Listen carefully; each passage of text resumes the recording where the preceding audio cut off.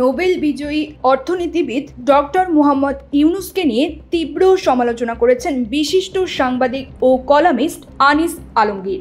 তার অভিযোগ, ডক্টর ইউনুস দেশে এসেছেন রাষ্ট্রকে অস্থির ও তছনছ করতে, এরপর তিনি আবার বিদেশে ফিরে যাবেন, আর তার এই কর্মকাণ্ডের পরিণতি ভোগ করতে হবে দেশের মানুষকেই।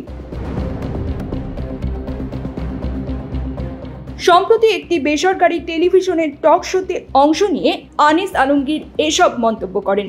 তিনি বলেন, ডক্টর ইউনুসের উপস্থিতি আমাদের জন্য আশঙ্কার কারণ। তিনি দেশে বিশৃঙ্খলা সৃষ্টি করে আবার প্যারিস বা অন্য কোথাও চলে যাবেন, কিন্তু তার ছাপ থেকে যাবে রাজনীতিতে। ভবিষ্যতে যারা সরকার গঠন করবে তারাই এই বিভ্রান্তির ভোগান্তি টানবে।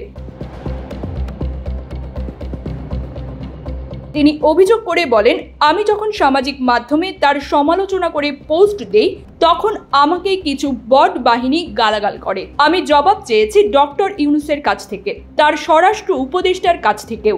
তারা কোনো জবাব না দিয়ে উল্টো আমাকে আক্রমণ করেছে।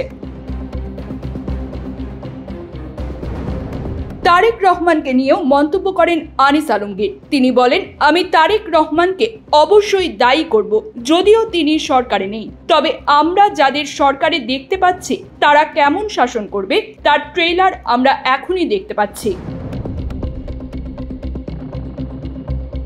তিনি আরো বলেন, একটি গোষ্ঠী তো সরাসরি বলেই দিয়েছে তারা বাংলাদেশকে তালেবান রাষ্ট্র বানাতে চায়। আরেক পক্ষ কি করবে সেটাও স্পষ্ট নয়। ডক্টর ইউনুসের এক পকেটে জামাত, আরেক পকেটে এনসিপি, এটা মোটামুটি পরিষ্কার।